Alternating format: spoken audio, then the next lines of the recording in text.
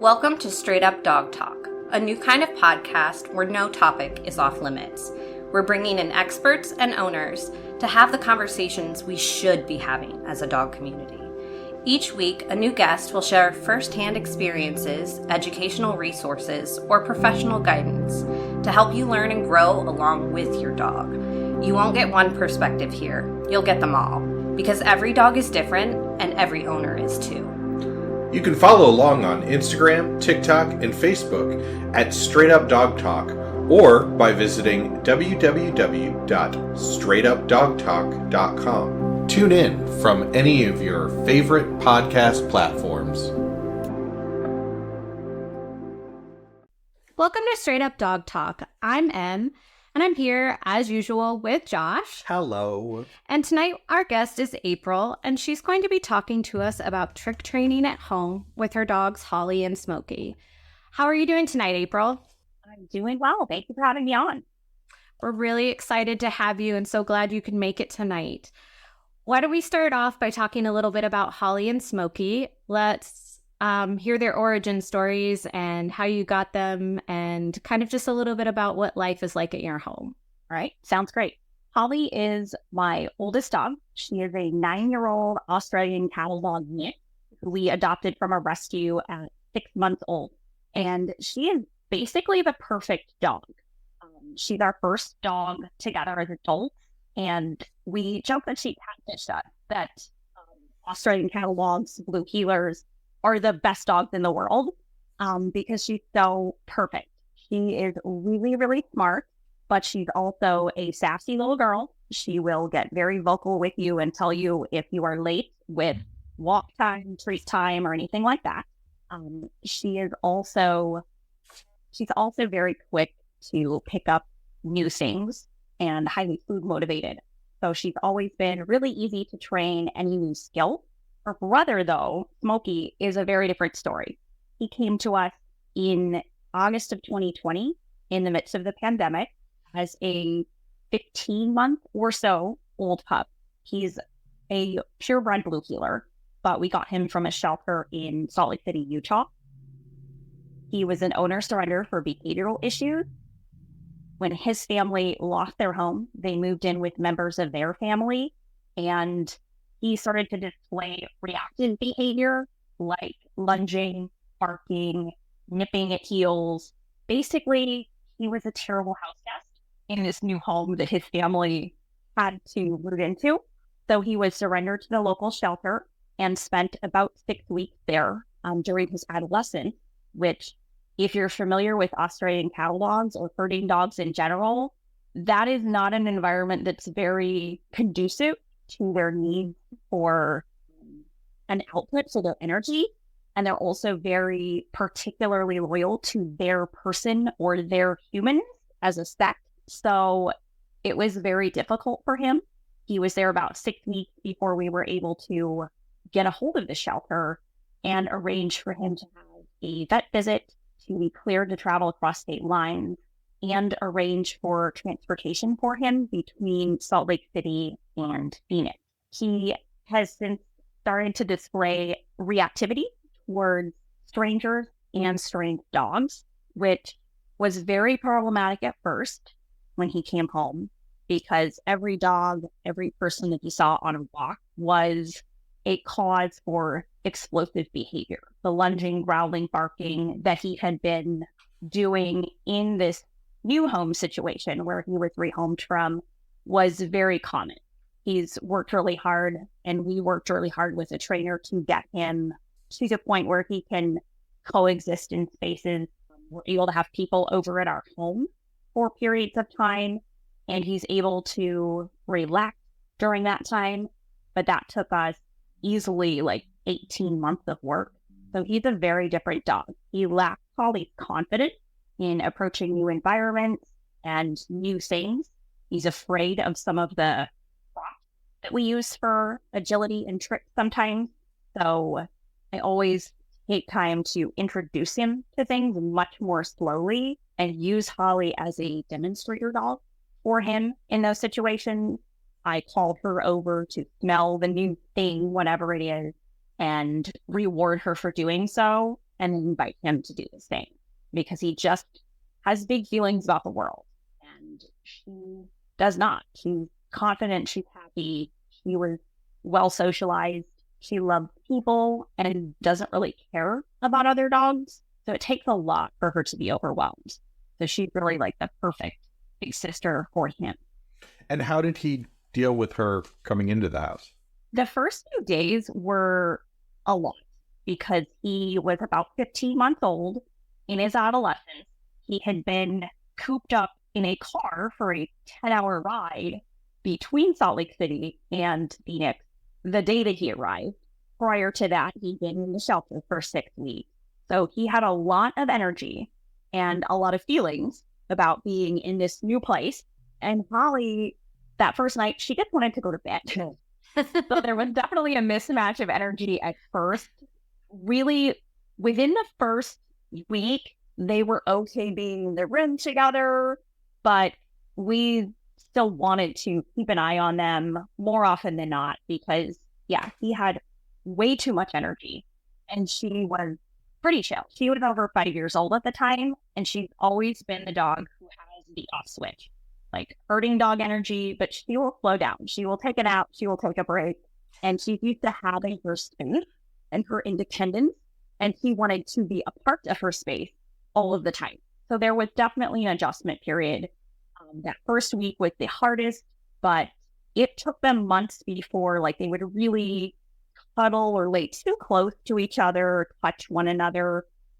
He had to learn to go slower and give her some space, allow her to consent to having him in her business and having him like sniffing at her or whatever he wanted to do. And she needed to learn that if he was in her space in a way that was, too much for her, that she should absolutely, speak up and tell him to back off. He was just such a polite dog. Like she would allow him to like get too close to her. So we had to coach her as well to like speak up for yourself, girl. Like you can go ahead and get it, and you can go ahead and tell him that he's too close or he's messing with you. I mean, obviously, like if things were really challenging, we would step in rather than forcing her to speak for herself. But it did take a while. It took about 3 years for Toby and Fitz to really become friends and get to the point where I felt like I could trust them by walking out of the room and let them kind of do their own thing. Introducing a new dog is always really difficult in situations, and Fitz was also, still is, very energetic as well. Holly is a much calmer dog. Toby is a much calmer dog. You and I have talked before in previous conversations about how similar Smokey and Fitz are in their energy levels. And you really understand, I think, what it's like to have that active dog lifestyle. So I'm sure that it was a challenge, but it seems like they get along really well now. Yeah, their dynamic is really great now. They play so well together. We still watch them, but now it's less a matter of refereeing and watching the body language for any potential issues. Now we get to watch because it's the cutest thing in the world. He is typically the instigator, and he knows that she's a little picky about having the feet touched. So he will do a bow behavior and sneak along the floor to get at her feet. So he'll nibble at her feet because he knows she doesn't like that. And she will get fired up. She'll get excited. She'll be like barking at him.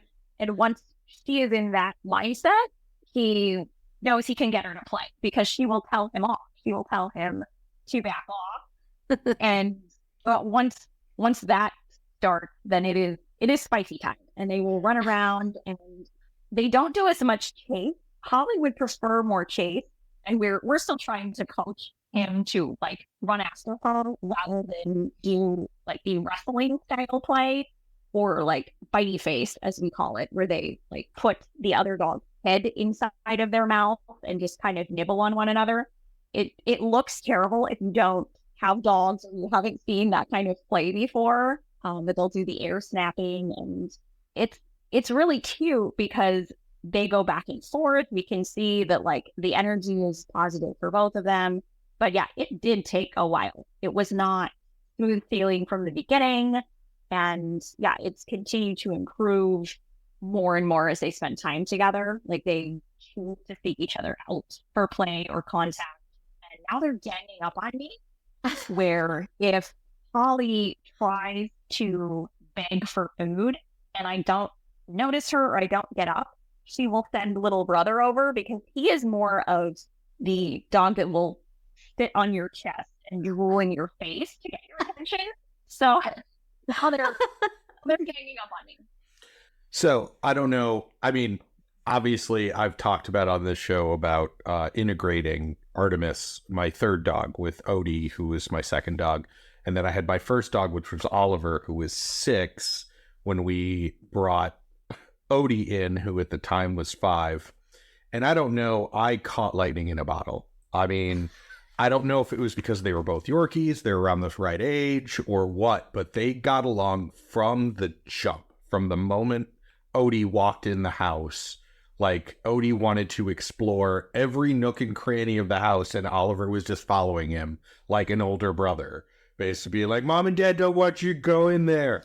And then even when they did fight, it was, like you said, it was kind of that bitey face, you know, that got a little too serious, but they were also Yorkies and had horrible teeth. So it wasn't like they could do any damage to each other. And just to like bring that into the mix too, because I used to pet sit when they had Odie and Ollie, and I would bring Toby over, and Toby would play with Odie and Ollie, and they were just like the 3 very best friends, and they would just Toby would play with Odie, and Oliver would sit on a couch and basically be like, kids. Yeah, Ollie was not as fond of the playing, but he did get involved every once in a while. Play behavior is one of my favorite things when it comes to dogs, because they're all so unique when it comes to their play behaviors.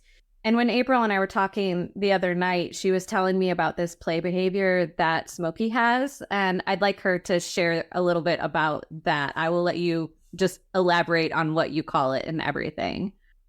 Smokey's favorite game.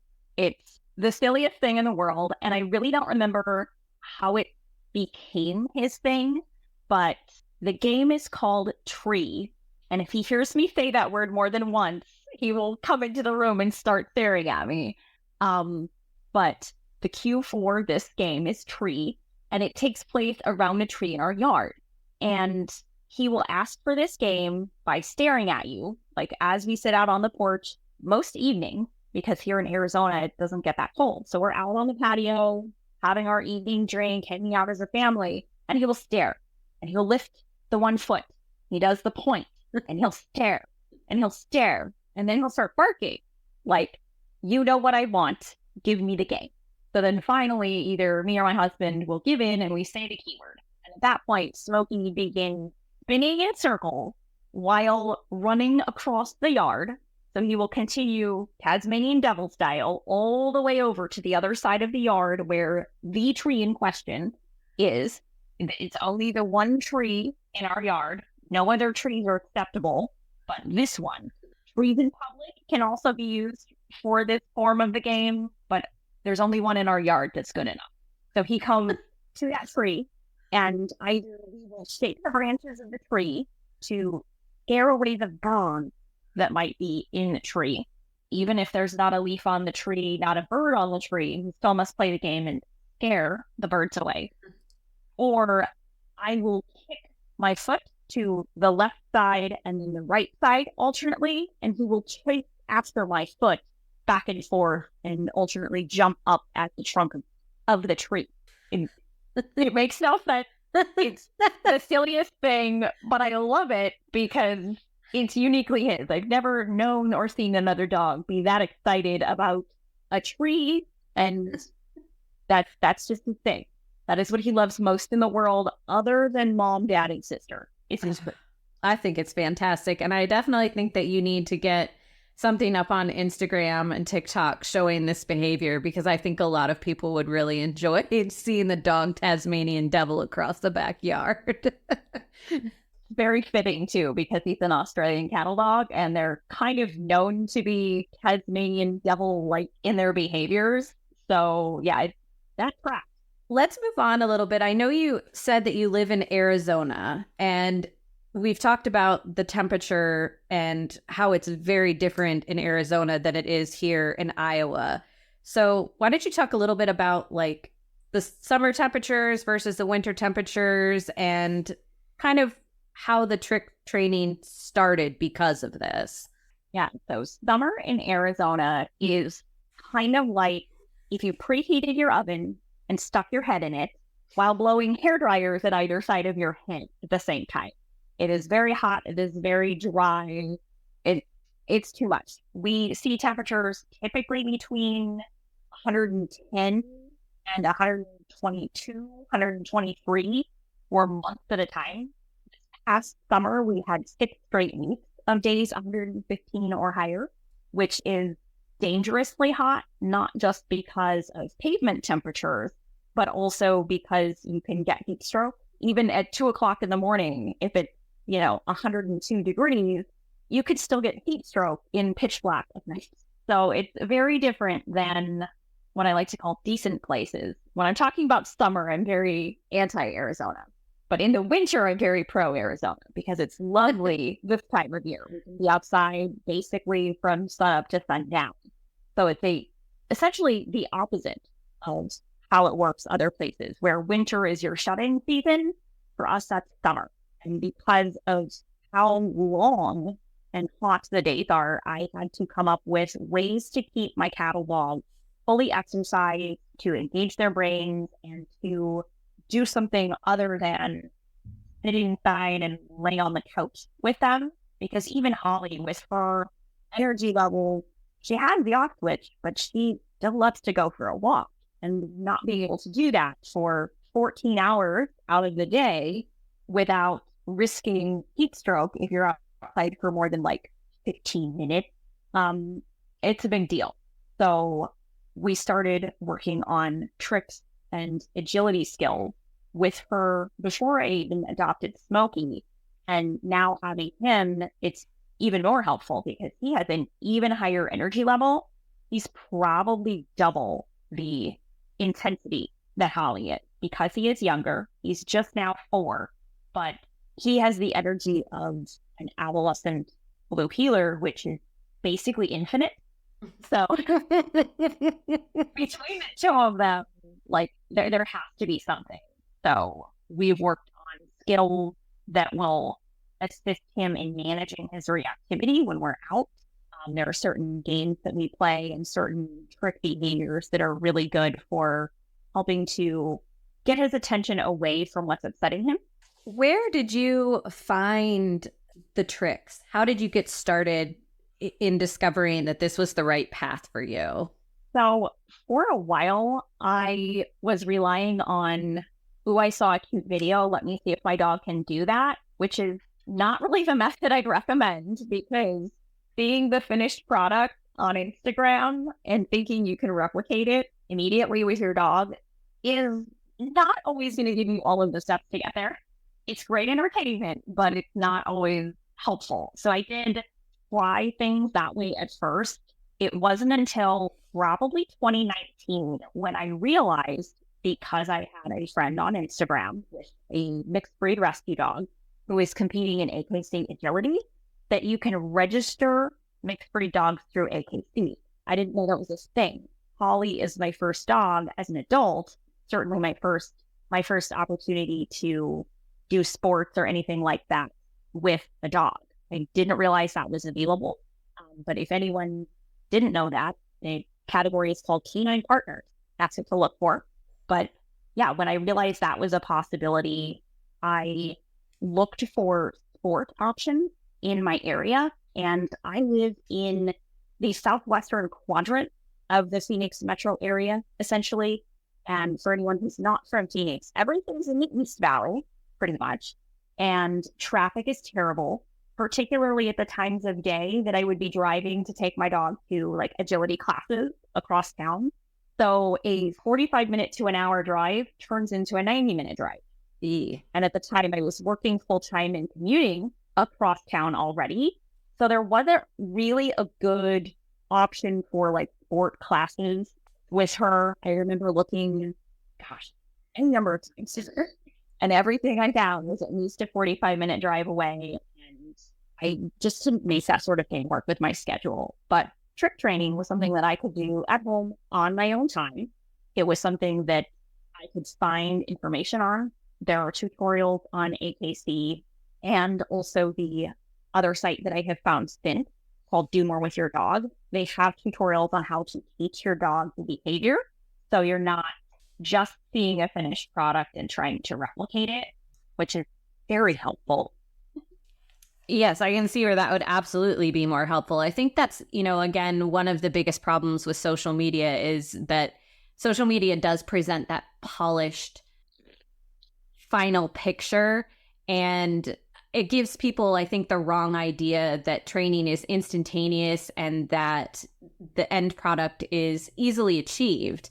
But knowing what we know as people who work with our dogs on a daily basis, that it isn't that easy and that it doesn't just happen overnight, knowing that there are resources out there to show you the process is really, really good. And we've talked about the AKC in another episode previous to this, and their agility sports over there, and it's more traditional dog sports. But the Do More With Your Dogs, you said that falls into a little bit of a different category. Can you explain that? Yeah, so there are 3 different types of titles that you can get through Do More With Your Dog. There are trick titles based on difficulty level. So you can get a novice level, intermediate, advanced, and then expert title. There are also stunt dog titles, which are more of a performance. If I'm not mistaken, I have not completed any stunt dog work. And then there's also like animal acting and canine fitness. So if you want your dog to be in commercial, you can pursue like animal acting behaviors and get titled to do that and learn how to teach your dog the behaviors that are desirable for that kind of an environment. Canine fitness does involve some of the tricks, things like doing a wall stand where your dog like stands on their back legs and puts their forelegs up onto a wall for a period of time to, stretch and strengthen the body. So there's some overlap between the fitness items and then the trick behaviors. Some of the more dynamic tricks are also included in fitness. But yeah, there's very different ways. There are also like challenges that you can do where you complete like a 5K run with your dog and submit that to your evaluator or directly through Do More With Your Dog for titles. So there's some other activities for folks that maybe don't see themselves as dog sport people. If they're intimidated by showing up at a dog sport event, or they run into the situation that I had where dog sport classes are just not workable on any kind of a consistent basis. Tricks are available anytime, all the time. Things like doing a 5K with your dog, that's something that is more accessible. So there's some different options to pursue different kinds of activities with your dog. I've said this before and I will say it again. If I had known about this kind of engagement activity level when Fitz was younger, I definitely would have gotten him started in something like this. But now I know, and in the future, we'll probably look to these kind of resources personally if I get another high energy dog.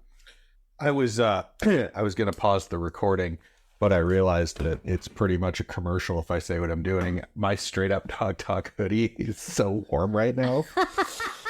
So take that merch off. I'll take the merch off as I remember the store that we go through.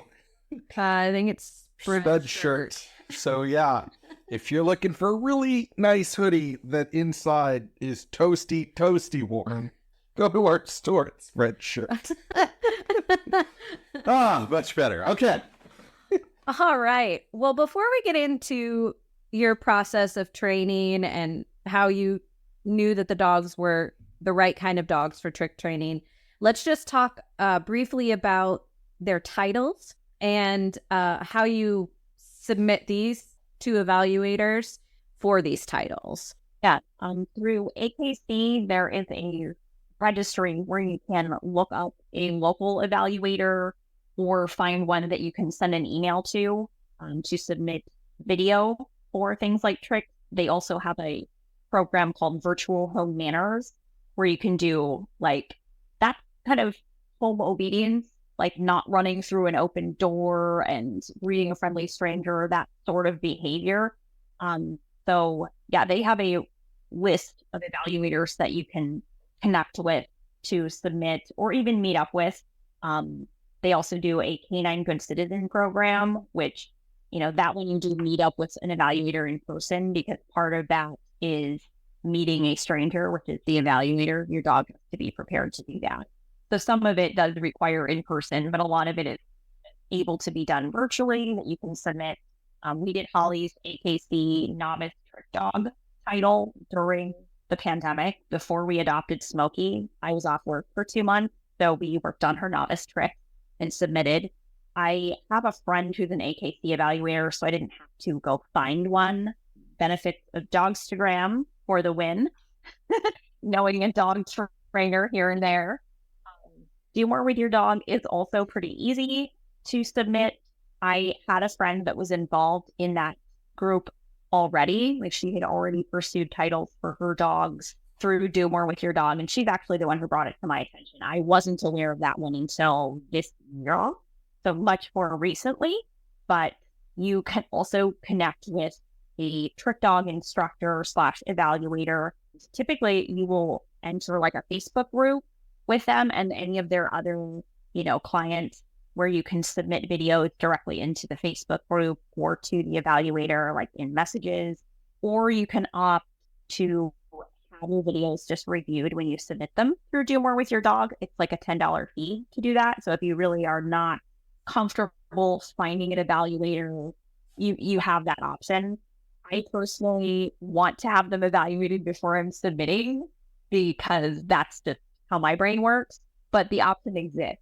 I think that's really cool that, especially for dogs like Smokey and for Fitz, who are reactive and don't do well around other dogs, or just don't want anything to do with other dogs outside of their bubble in general, that you can submit video clips and still be involved in these things and still get your ribbons and your titles without having to drive the 90-minute drive or take your dog into a situation that might not be great for them. So that's really great information. And I hope that helps some of our listeners get more involved in these things, because I think the tricks and the agility is probably my favorite part. I just think that it's so cool when people spend the amount of time that you do working with their dogs to perform these just insane tricks, which we've talked about Sparky and Kathleen before, and they were in a previous episode, and just really cool things. Smokey and Holly are not quite to the level of Sparky, but he's kind of a champ, but they're catching up. So why don't you tell us a little bit about how you get them to learn a new trick and how you position them to succeed in learning the trick? Yeah. So I'm very lucky. Both of my dogs are food motivated. So that is the first key to any training session. I always like to have more than one type of reward available. So something normal, regular, like a training treat, the same thing they would get every day. And then at least one other option, whether it's sliced carrots for Holly or cucumbers for Smokey. They each have a vegetable of preference. And then when it's something really special, I'll add in like cubes of cheese or hot dogs or some kind of meat for them. So having a few options, especially if your dog is motivated by food, like that's always a great way to start. I like to start all of their sessions with some of their favorite tricks that they know well and they feel very comfortable doing, to kind of warm them up to the fact that we are training, we are learning. I call it smart puppy time. When I let them know, when I grab my treat pouch and fill it up, I cue them with, do you want to be smart?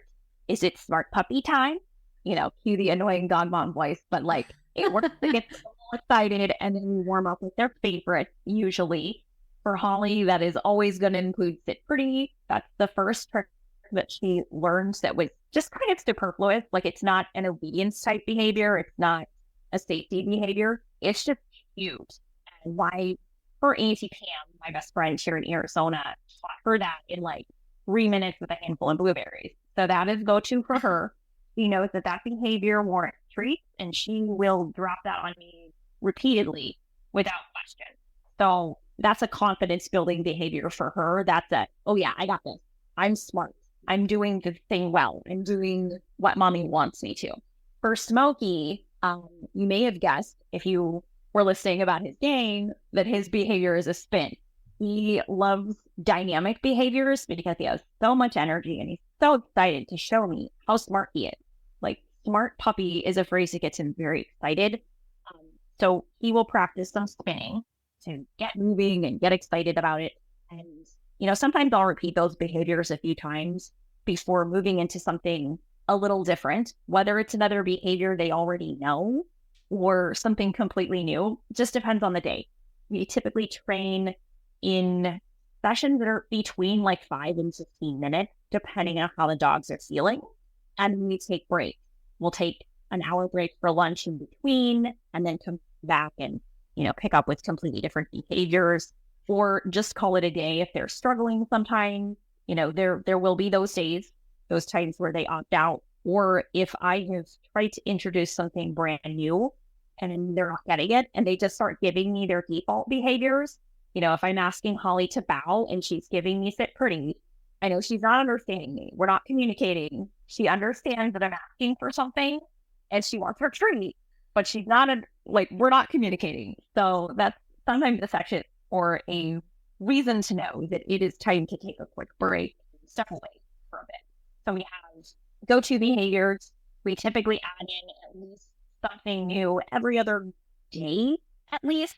Go back through some of the other behaviors maybe that we haven't worked on in a while. And I typically will introduce new behaviors with Holly first, especially if there's a prop involved, like the bar jump, the tunnel, the hoop jump, anything like that, because there's a thing in the environment and Smokey can be unsure of things. He's still scared of my 15-foot culmination tunnel. To be honest, he has to work with the smaller, the cheap tunnel that I bought. At the beginning, it was the super see-through, nylon fabric one was $12 or whatever.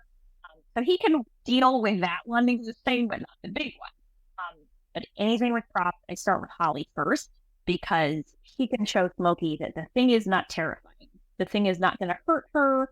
The thing is just a thing. And if it's a behavior that she knows, I will have her repeat it to teach it to him.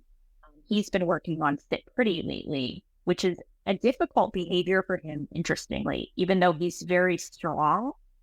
If you see pictures and videos of Smokey, he is built, but he's not a strong sitter. He tends to sit kind of sloppy, so he doesn't get a really good foundation under himself to prop up onto just his rear legs. Whereas Holly can stand and sit pretty for 5 minutes to stare at me for food. So yeah, I will use her to demonstrate to help him, but he is just taking longer with that. And that's something I've noticed working with 2 very different dogs. He will sometimes pick up a behavior pretty easily. He will struggle with others, and she can be the total opposite. Sit pretty for sure, they're opposites on. He loves to do an upright walk with his front paws on my forearm, and we walk. So he's on his 2 feet, walking like a werewolf. He loves that behavior. And Holly just cannot be bothered with it. She does not like it, doesn't want any part of training. She will opt out of training if we do that too much, more than 2 or 3 times. And she's done. She doesn't enjoy that behavior at all. So we just don't do that with her. And I'll let Smokey do it a couple of times. So we adjust different behaviors for different dogs, depending on what they're working on, what they're good at. And, if they're giving me a consistent opt-out on a certain trick or behavior, it could be that they just never want to do that. It could be that my technique is just really not helpful for them. They're not understanding me, so they're uncomfortable.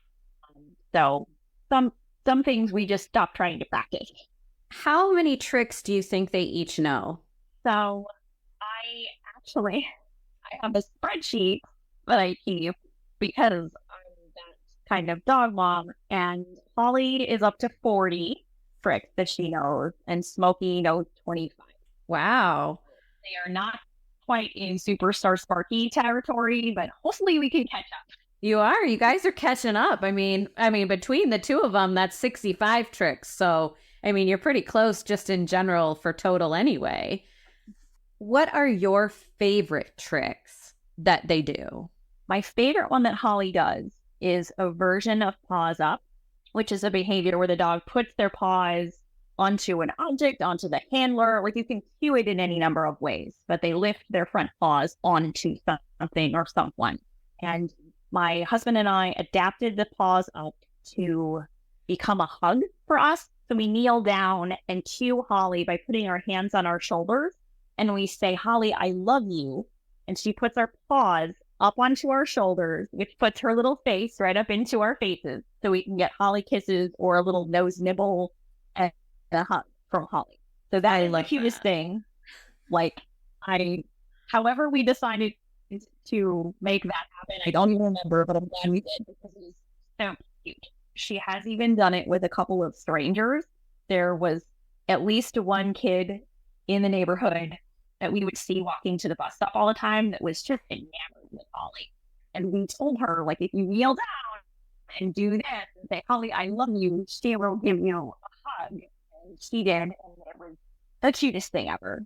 Moki, I really do love his game. Like, it's super cute when he does that. But I think my favorite thing to watch him do is either when he's jumping straight up vertically, like they call it, like boing, like bouncing up like Tigger, because he's just so muscular. Like, you can really appreciate that he is a lean, athletic dog. And I guess I take some pride in that because there are folks that say, like, you live in the suburbs. Why do you have herding dogs? They need cattle. What are you doing? You know, so having a dog that is extremely fit, active, healthy, happy, like seeing him do that behavior illustrates for me that, yeah, he's got the good life going on. He's feeling good. So I really like that. It might be a bit selfish that I appreciate that so much, but I think lean, healthy, happy dogs are a thing to be excited about. So I completely agree. That goes back to something that we've talked about before and talked about in the dog community that we've created on Instagram about adapting your lifestyle to fit your dog's needs. And I really applaud you for doing that because Smokey he is a beast and he is a very fit and muscular dog. And you can absolutely tell that he's getting the energy burnout and the exercise that he needs in order to satisfy him mentally, emotionally, and physically. So I applaud you for that because he really, truly is a very, very happy dog. Let's talk a little bit about the weave poles. I know that you've had a little bit of issues with them since you started training because Smokey is a little bit terrified of new objects. But let's go over how you've done it. You've posted a lot about it on Instagram, and he is getting better. Why don't you kind of just walk us through a little bit of how you started, why he was scared, and how you got him through it? yeah. So the weave poles are just a set of poles in a straight line, and the dog is supposed to walk through them in a slalom pattern, like going left to right. And because it's a new object, Smokey was initially completely opting out of even going near them. The weave pole set that I have has a metal base and PVC upright, which I was placing on basically my front entry tile, which is slightly variegated, where there can be a little movement between the metal and tile if the poles are touched or the base is moving a little bit. And I didn't really think about that before introducing the prop that way. I was just looking for space for the weave poles to be placed and for us to work on both sides of them. And it's an even-ish surface. But yeah, the slight bit of movement and the noise was definitely too much for Smokey right away. So he didn't want to participate in even trying the weave poles. I couldn't get him to come smell them, like, at all, even though Holly would come over and engage with them for treats. You know, she's still working on her weaves even after, like, more exposure. Like, she and I have done weaves several times throughout the years. and she's never going to have the agility dog drive for it. You know, if you watch dog agility, they weave through 12 pulls in 3 seconds, and Holly will do 6 pulls in like 12 to 15 seconds. So there's not an urgency to it. It's very much a work in progress, even with her. But we had some success recently when I took the weave pulls outside and anchored them down into the ground with some like tent stakes, which is the ideal use for them rather than indoors, probably because they have holes on the bottom. But because I have to be able to adapt everything to being indoors, my entire agility set is made up of things that are compatible indoors or out. But yeah, we introduced the weave poles outside, and he was interested enough to come check them out. I added in an even higher value treat, which was some leftover roast beef from dinner. We took that out of Dad's stash. So he was in. He was all about it. He was able to start weaving on his own without even being lured specifically, or like you hold a piece of food in your hand and literally walk the dog behind the piece of food. He was able to replicate that S-curve movement without following the food every step of the way. So he was able to not be lured the entire way through. In the course of one day's work, we spent all 3 of our full training sessions outside working on weaves. So probably 45 minutes or so of pretty consistent repetition with it. He was able to come that far. So he did really well just in a new environment. For the dogs, they obviously have a different set of skills because Holly knows more than Smokey does. Are you always training them the same trick at the same time, or are you training them different tricks at the same time? I do some of both. If we are working with something where there's a singular apparatus, like the weave poles, like our mini teeter-totter, things like that, I will sometimes separate them and then just take turns doing the same trick with Holly a few times and then Smokey a few times. But there are times, usually when we're not working with a specific apparatus or prop, then I will cue Holly to do like a sit, and cue Smokey to spin, cue Holly to do pretty, have Smokey do a down. So I will kind of alternate and do different behaviors with them.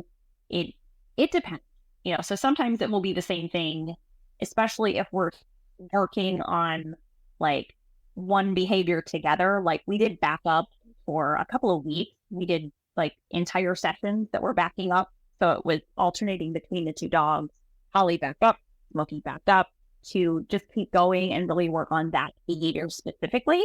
That one is one that I didn't expect them to like, because the introductory version of that is backing up between 2 objects, like between the couch and the wall, for instance.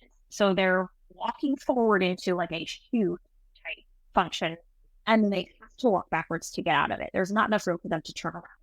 And Holly is not a fan of being closed in spaces, and Smokey's weird about props. So I didn't think this was going to be very successful, but they both took to that immediately.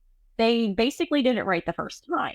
So we've been kind of living in the backup world and really enjoying the fact that they're excited about that behavior and just keeping that up. So I've done entire sessions with that because they both get excited about it. Like they continue to enjoy that. And sometimes that's how I choose. My dog loves this particular trick, so we'll just do more of this. If we're, otherwise having a hard day, like we weren't successful, like with Fowl, that's one that continues to evade us at this point. So if that's not going well, let's just back up for a while, because that's really fun. It's something they enjoy.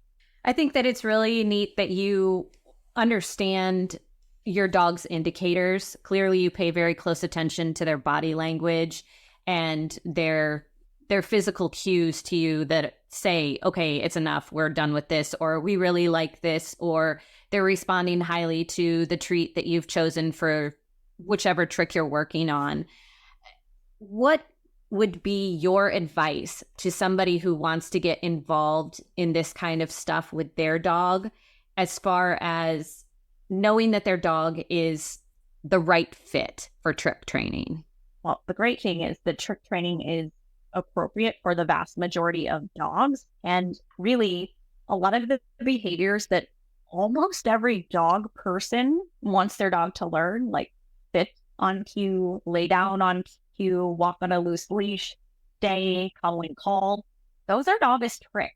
So realistically, everyone who has a dog in their home and is asking for some set of behaviors, even just for safety reasons, whether it's, sit, stay, come when called, that sort of thing, we're already doing it.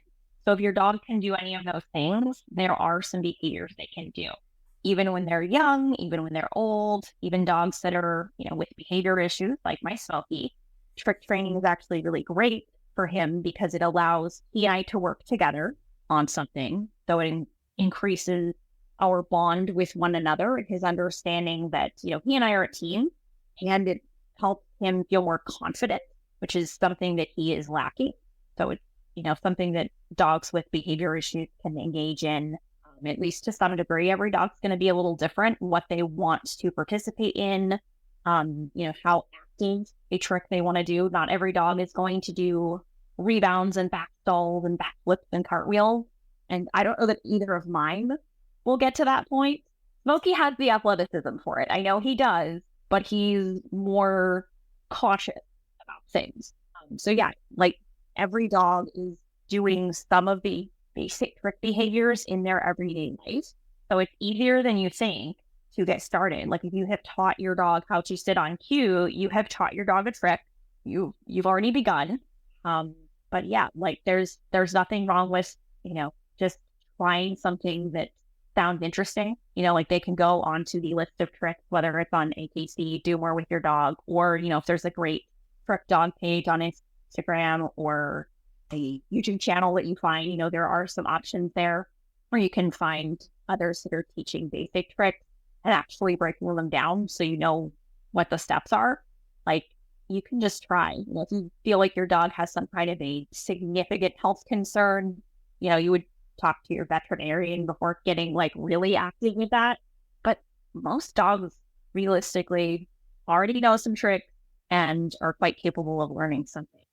I think that's a really eloquent way of putting it because, there's that saying out there, you can't teach an old dog new tricks. And I have said for the entirety of my life working with animals the last 30 years that is false. Yeah, you can. You can always teach a dog new tricks. It doesn't matter how awkward or derpy they are. Fitz is awkward and derpy, but since starting to follow you and Sparky and some of the other trick dogs, I have started teaching tricks to Fitz, and he can now stand up on his hind paws and like sit pretty, but standing on his hind legs. Basically, I don't really know what it's called. He just started doing it, and I was like, "That's cute. We're gonna reward it." So it's just one of those things. Yeah, and you can always, give fun names to some of the behaviors and tricks that they do. Like how we have the "I love you" hug for Holly. It's a basic behavior, but we made it into something cuter. So really, when your dog starts to exhibit some trick behaviors, you can have a little fun with it. You can get creative with them. Like once they learn to jump, there are any number of other jump apparatus that you can use. You can have them, jump onto things. They can jump onto your back. They can jump over another dog's little hoop. And, so there's a lot of room for creativity once your dog starts to enjoy specific behaviors. And, you can give fun cues to them. I'm working with Holly to turn her sing into a cue of Song of My People, because I have joked with her for years that when she starts howling and just wailing away, that she's singing the song of her people. So we are going to turn her sing cue into Song of My People, Holly, and she will howl and wail and tell me her woes. So you really can have a lot of fun with it, even if it's, the basic behaviors, even if it's a novice level skill, technically, you can have a lot of fun with it, and you can teach them like a combination of tricks together, make it a little routine that they do. You're really not limited by, or you're not really limited other than if you're like not feeling creative, I guess. It's a lot of fun. It gives you a way to do something different, even without teaching them something new. You can find a new way to make things fun. Well, I think that what you're doing is incredibly fun, and it's definitely fun to watch. And we definitely want all of the followers, listeners, to go check out Sparky and Smokey and April on A Tale of Healers on Instagram and get to know them as well as I have gotten to know you. And I've really enjoyed having you on tonight. Unfortunately, we are starting to run out of time here. So if there's any last thing, any little piece of advice you'd like to give the listeners before we go, now's your time. Oh, last piece of advice. Sometimes your dog will surprise you with what they can do. So if you see a trick that is expert or advanced level, don't think you can't try. Even if your dog has never done it before, it can happen. They can find something that they really love. So don't let the label decide whether you even try. Like, look at it and give it a shot. Have fun with it. That's the most important part at the end of the day, is having a good time with your dog. I love it. I think that's probably the best message you could have given. So we're going to call it quits for tonight on Straight Up Dog Talk, and we will see you guys next week. Straight Up Dog Talk was created by Emily Breslin. It is edited, produced, and co-hosted by Josh Wasta under the supervision of Straight Up Dog Talk, LLC, and Emily Breslin. If you're enjoying this podcast, follow or subscribe to be sure you don't miss an episode, and leave us a review on your favorite platform. Looking for more honest and relatable dog content? Check out our sister show, Unpacked, with Jerry Sheriff and Madison Simpson. Thanks for listening to Straight Up Dog Talk. See you next week.